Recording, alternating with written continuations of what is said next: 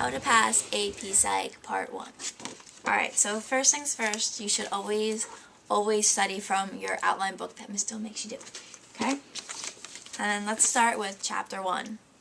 Chapter 1, you think hindsight bias, right? Hindsight bias is when you're like, oh, I knew this was going to happen after it already happened. So you don't think anything to begin with, then something happens, and you say automatically, oh, I knew that was going to happen, like you knew it all along, but you didn't.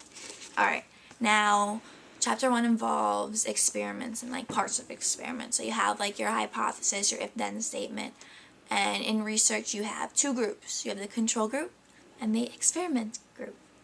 The control group is really, like, the group just to be there to make sure, like, it's like the normal group. Nothing happens. You don't do anything. It's the way it is. While the experimental group is the group you change. So it's the group that you're experimenting on. Alright.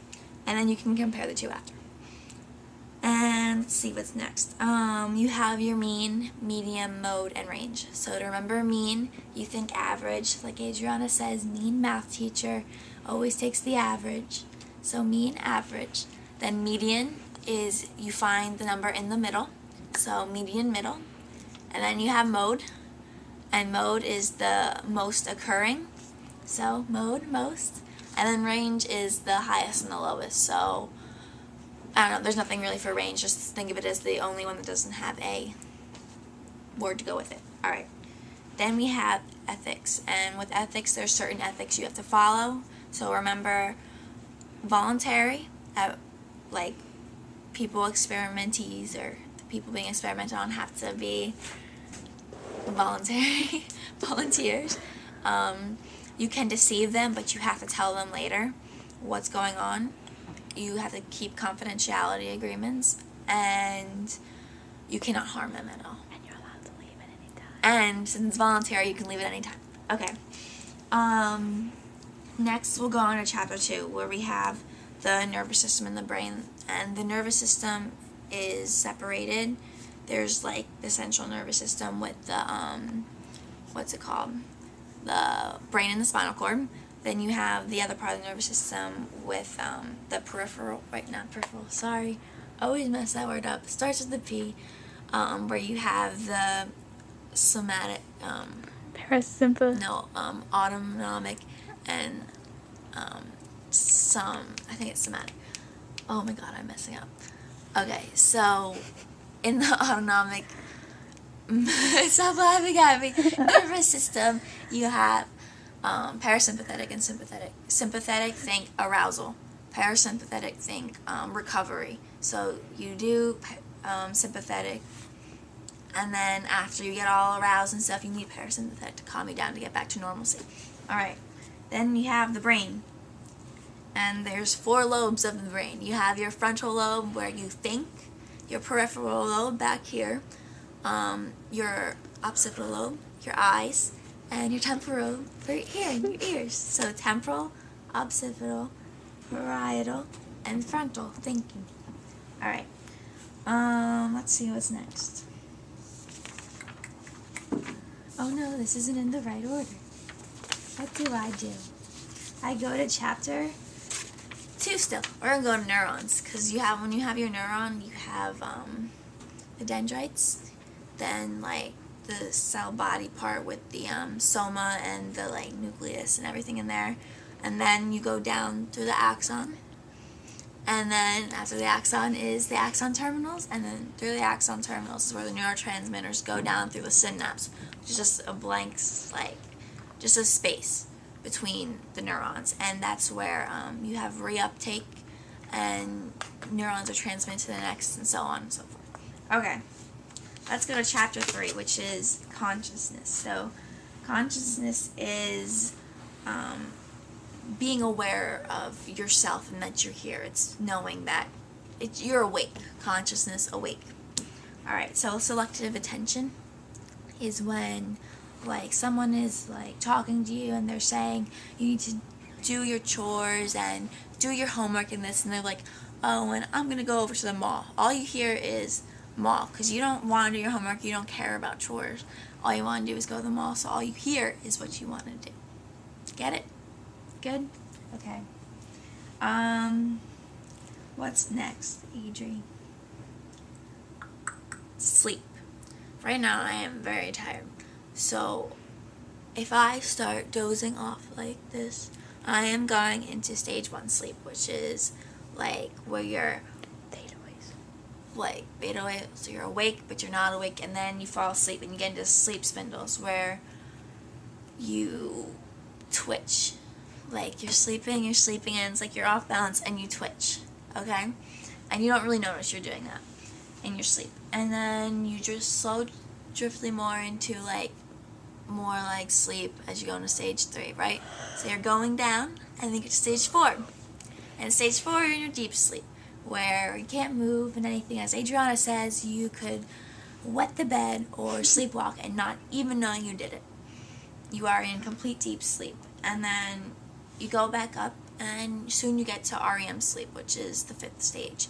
And that's when you have rapid eye movement, paradoxal, your muscles tense, everything's tense, and you dream.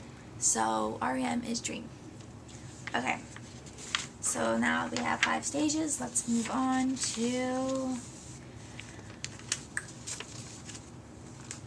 insomnia.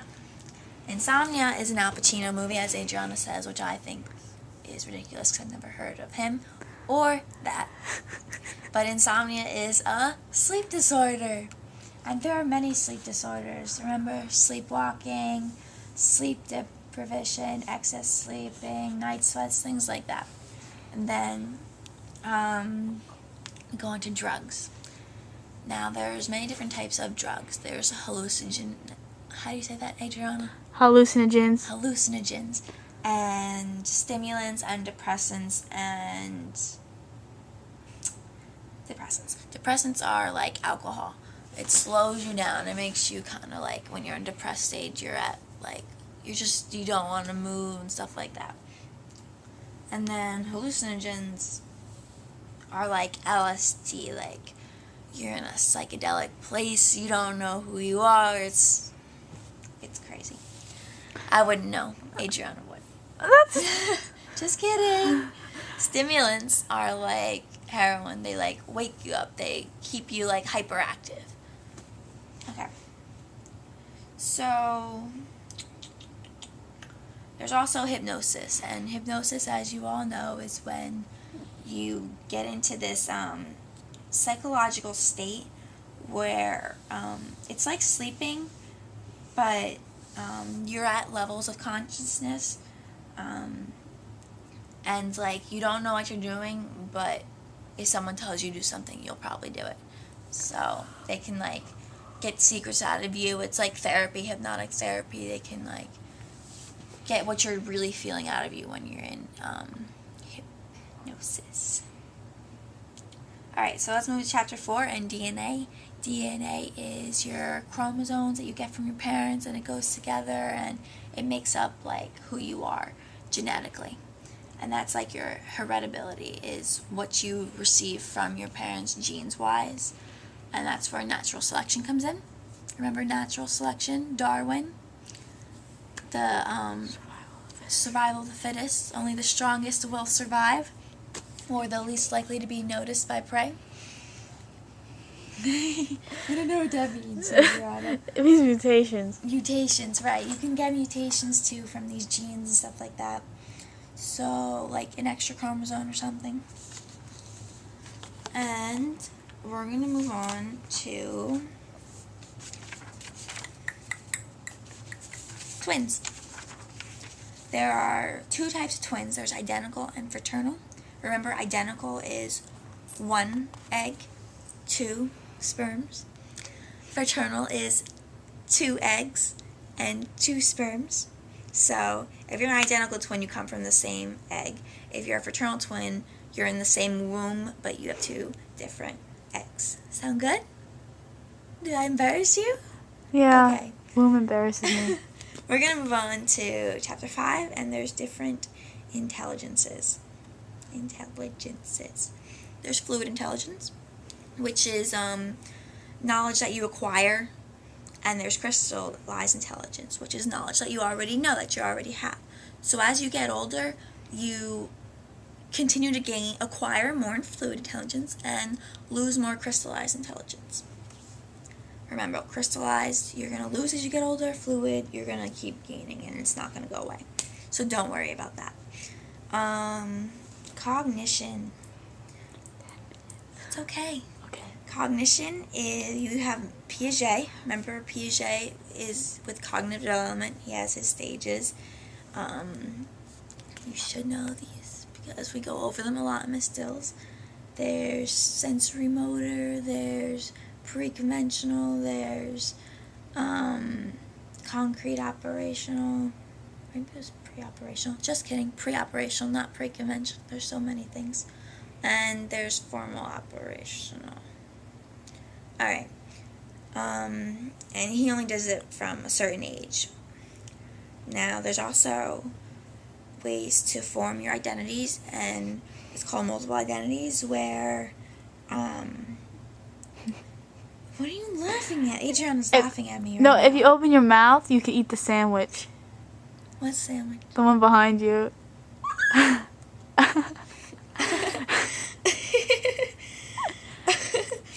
Made me laugh. Okay. You find your identity over the years. Remember that. You don't have a single identity until you keep going. Alright, so parenting styles. This is how you remember parenting styles. Authoritarian equals dictatorship. Your parents tell you to do, like, what they want you to do. You have no freedom. It's very strict. While authoritative is democratic, where your parents do have rules and stuff, but you are open for discussion, like you're allowed to say stuff. Stop looking at Eli Manning. Okay. Then we have permissive, is where your parents don't have rules and they don't care what you do, and it's really like neglect. That's all I can say about that. Alright, now we're going to move to chapter 6. I'm talking really fast, I apologize. Absolute threshold is the smallest amount of stimulus you can detect, right? So if there's a smoked sausage breakfast sandwich on fire about a mile away, and that little bit of fire I could see is my absolute threshold, because it's the little bit I could see. Sound good? Alright. Alright, I'm going to move on to eyes. And what are in your eyes? We know, like, off the bat, you can probably think of 5 parts of the eye, so you don't have to worry about that. You can think of the pupil, the iris, the cornea, the retina, and the lens, at least, okay? So don't worry about that, but cones and rods, the difference between them are, think cones is color. So your cones help you see color, so then rods, black and white, rods help you see black and white. Alright. Chapter 7, and Pavlov. Pavlov did classical conditioning. He had conditioned stimulus, which is your CS, your unconditioned stimulus, your US, and your unconditioned response, and your conditioned response. And like Adriana said, you have a bologna sandwich you're eating one day. It happens to be a bad bologna sandwich, and you puke everywhere, right? So from that, every time you see a bologna sandwich, just the sight of a bologna sandwich, you feel queasy. That's your conditioned response, feeling queasy. Okay. Now we also have operant condition, which is Skinner's. Remember, Skinner is with operant conditioning. And that involves reinforcements and punishments. You got negative and positive reinforcement, where you add positives and negatives, and then punishment, where you, like, positive, negative, and punishment, where you take away negatives and positives and stuff like that. You'll know it from Miss Dill's chart. Okay. Now we're going to go to intrinsic and intrinsic motivation. But I don't really want to do that. But I'm going to. Okay. What are you doing to me? Alright. Intrinsic motivation is when you're motivated by outside forces, by the people around you. Doing it to, like, a reward to, like, not get punished, or for them to please them. It's like people pleasing. And then intrinsic motivation is to please yourself. You're doing something and you're motivated so you can please yourself. Then observational learning, when you have observational learning, think Bandura. Stop giving me that look, Adriana. And the Bobo doll experiment. So you learn by observation. That's the simplest thing. The little kids saw people hitting this Bobo doll, then they do the same. You learn by observation. You get it. Alright, chapter 8. This is my last one. Memory. Now, what can I say about memory is that there's encoding, storage, retrieval. You have to encode first, and you store it in your memory so you can then retrieve it. Alright, long-term memory is that memory that you have stored and accumulated that you have kept without forgetting. And short-term memory is the quick things you learn, like little things on tests that don't really matter but you need for that second. So there's the magic number 7 things you can remember, like a phone number. And you can have, there's like a plus or minus 2 with that, where you can remember 5 or you can remember 9. Okay? Alright. Recall and recognition. Recall is an open-ended test. Recognition is a multiple choice test. Recognition is knowing something or remembering something by recognizing it, by an image. Recall is everything up in here. And one last thing is forgetting. Forgetting, there's the primacy and recency effects that you should remember. You will remember the beginning, you will remember the end, but you will not remember the middle. Thank you. Goodbye.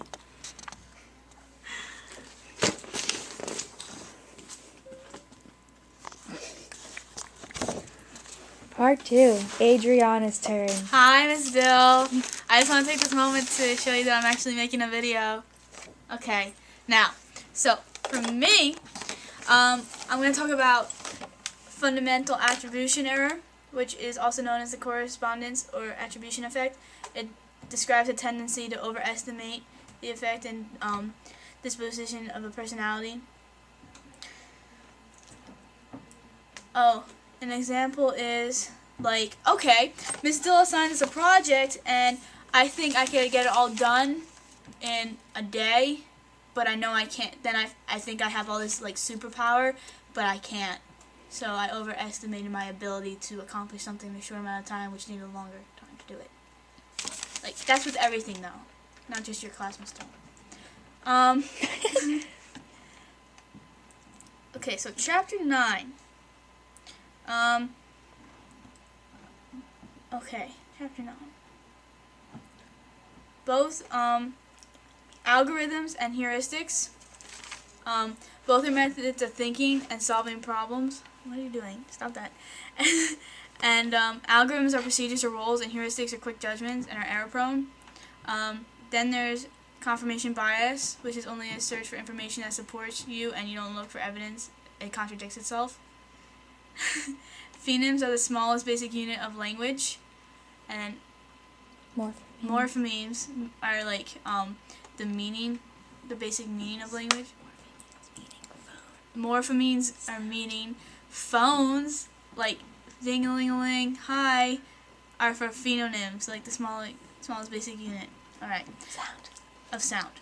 Then there's the early language development, and we have the babbling stage, like baba, and then we have the one word and like that, and then the 2 words, like, what's 2 words that babies say? Lollipop? No, like TV on. TV on, yeah. Or like watch Barney.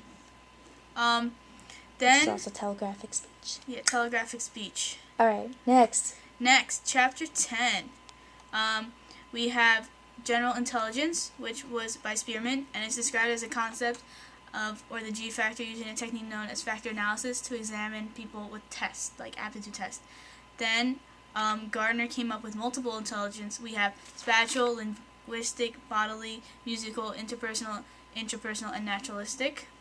Remember all 8. Yeah, remember all 8. I really can't come up with something, where you can remember them. Oh. Then Sternberg made the triarch of intelligence, which is like practical, analytical, and creative.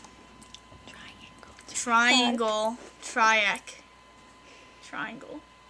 The triangle, AJ. Yeah, like the Bermuda Triangle. Just kidding.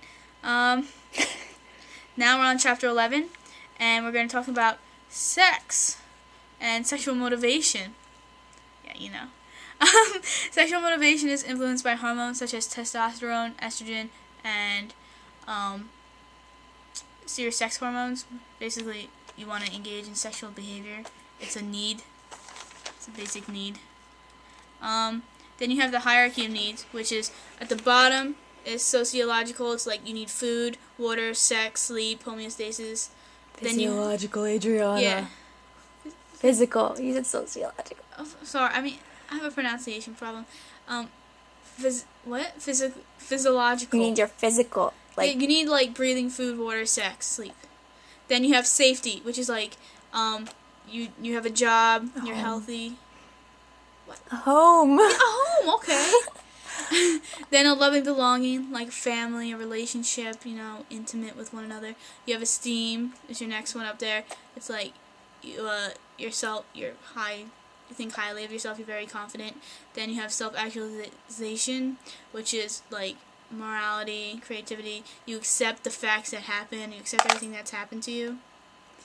Okay, now we have eating disorders. We have anorexia, which is when you throw up.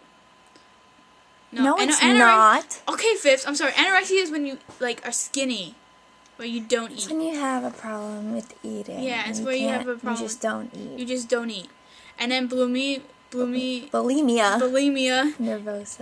Nervosa is when you throw up your food. And then But binge. you do eat. But you do eat. You eat and then you throw up, which is unhealthy because you can ruin your esophagus. Then you binge eat. And that's where you go through these stages where you eat normal and then you overeat, and that's not healthy for you. Then there's a two-factor theory, the two-factor theory of emotion, and it focuses on interaction between physical arousal and it's cognitive. Then there's the Cannon-Bard theory of emotion, and that's emotions and experiences of psychological reactions like sweating, like a stimulus. It happens simultaneously. Then there's a feel-good, do-good phenomenon. It's where, when you feel good, you do good for other people. So it's your mood depends on your actions. If you're in a good mood, you're willing to go do good things. But if you're in a bad mood, you're not willing to go out of your way to help people and do good things. Then there's GAS, or General Adaptation Syndrome, which is... Three stages. There's 3 stages: alarm, resistance, and exhaustion. R. A-R-E. Yeah, A-R-E. Ha ha ha. G-A-S-A-R-E. Remember that. Yeah, remember that, as Phipps says. Gas and R. Okay. Remember that. We went right through chapter 12. Now we're on chapter 13 with Freud. We have ids, ego, superego, and then... Iceberg. Yeah, think of the iceberg. Remember that form that Miss Dill gives you? Your superego is the top of the iceberg. It's your fantasy. The ego is the middle of the iceberg. It's your reality. And then it is your subconscious. Okay, then you have your psychosexual stages, which are oral, anal, phallic. Is that how you say it? Phallic. Latin, dormant. Latent. Which is your dormant stage Which is your for dormant sexual stage. It's where you arousal. when you're 11, you're trying to tie your shoes. No, you should tie your shoes by your 5. Okay, well, some people struggle. Okay. You're not worried about having sex. You're worried about riding bikes and tying your shoes. And then you get your genitals, and you start to realize things are happening, and you just... Puberty. Yeah, you go through puberty, and you just want to do it. Stop. Okay, then ocean, which is openness. No, you gotta say what ocean is. That's what I'm saying. The big 5 personality factor. And And Nicole those says 5... ocean or canoe, it goes either way, are the big 5 personality factors. Now, Nicole, let me finish, please. It's openness, consciousness, extroversion, agreeable. Conscientiousness. Extroversion. She wrote that on agreeable, purpose. Neuroticism, which is emotional stability. And then Instability. openness, and extroversion. Killing me. You're killing me, Smalls. Killing me. So. Okay. Then there's the for chapter 14 you have psycho disorders, and the DMS-IVTR is how you classify, and it's like it tested disorders. And then there's anxiety disorders such as phobias, post-traumatic disorder, and OCD. Then there's hypochondrias that they think everything's wrong with them. That's for somatoform That's disorders. a somatoform disorder. And then there's mood disorders or personality disorders, which is dissociative personality, which is where you have like a split personality. And then there's mood disorder is like bipolar or manias, where mania is when you're super hyperactive, and then there's depression, which is like where you're on your lowest point, and then there's bipolar, which is where you have a little bit of both. You're like up and down, like mania, depression, and it's like you have to take these drugs to make it even. Lithium does it for you. Then there's schizophrenia, which is like some of the signs of schizophrenia are delusions, false beliefs, catatonia, and hallucinations. Hallucinations. When you hear things and you I see know, things that's that what I aren't said. really What said. Hallucinations. Next. And then now we're on therapy, chapter 15. Therapy, there's psychoanalytical by Freud, or as Nicole says, fraud, Sorry. and free association. Then there's humanistic, which is client-centered. It's like active listening. This is how you remember it. That's how you remember it. And it's basically like if you're in therapy, they were like actively listening. Yes, it is. I know. I just keep going. Okay. It's like when you're in therapy and the person repeats what you're saying to make sure that you mean it. And then there's behavior therapy, which is like you're trying to get rid of a behavior. And there's systematic desensitization, which is like when they did the electric shock. I thought it was slowly. What? No. Then there's cognitive therapy by Aaron Beck, which is changing one way of thinking. And then biomedical, which is the use of medications. And I already talked about fundamental attribution error earlier today. You did? I don't remember that. It's when you overestimate like your ability. So if I bump you in the hallway by accident, and you say, "Oh my God, I hate her. She did that on purpose," but really I didn't. And Yeah. you think I did? That's That's your fundamental attribution error. Yeah. All right, I'll remember that. Yeah, I remember that next time you bumped me in the hallway. Then you have roles, which Zimbardo talks about in his prison experiment. It's like you have a person, you put them in a certain role, and the role overcomes them. Changes their behavior. Yeah, it changes their behavior, and like these people actually in the prison experiment, they actually thought they were prison guards, and they could treat the prisoners that way, and the prisoners actually thought they were prisoners when they did nothing wrong. It was just an experiment. So you actually believe that you are that.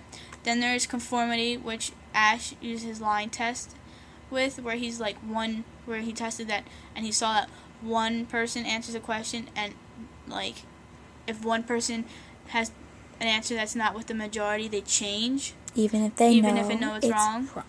Then there's social facilitation, where it's like where Eli Manning performs better. Yeah, where Eli over here performs better when there's an audience. And then there's social loafing, which is when you do worse. And then there's de-individuation, which is the loss of self-awareness, and lose yourself in a group. It's like think about it this way: when you first enter and you enter high school and you become a part of the popular clique, you may do everything the popular clique does just because you want to fit in with them. But like you lose yourself and you lose what you stand for because you're trying to fit in with the popular clique. Oh, okay. Yeah. All right. So that's basically it. All right, here I have something to say.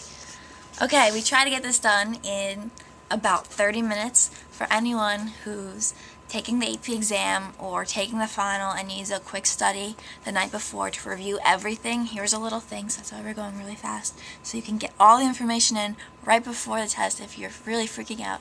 But don't worry about these tests. You know everything, and Miss Dill was a great teacher. She taught us well, so don't worry about the test or finals or anything about this class, because you will pass and succeed if you listen to a video like this and just relax and take your time and don't stress, okay?